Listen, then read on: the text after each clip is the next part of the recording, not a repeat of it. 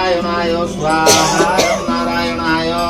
ओम नारायणाय स्वाहा ओम नारायणाय ओम उमा महेश्वराय स्वाहा ओम उमा महेश्वराय सची पुरंदराय स्वाहा ओम सची पुरंदराय वाणी हिरण्यगर्भेभ्यो स्वाहा ओम वाणी हिरण्यगर्भेभ्यो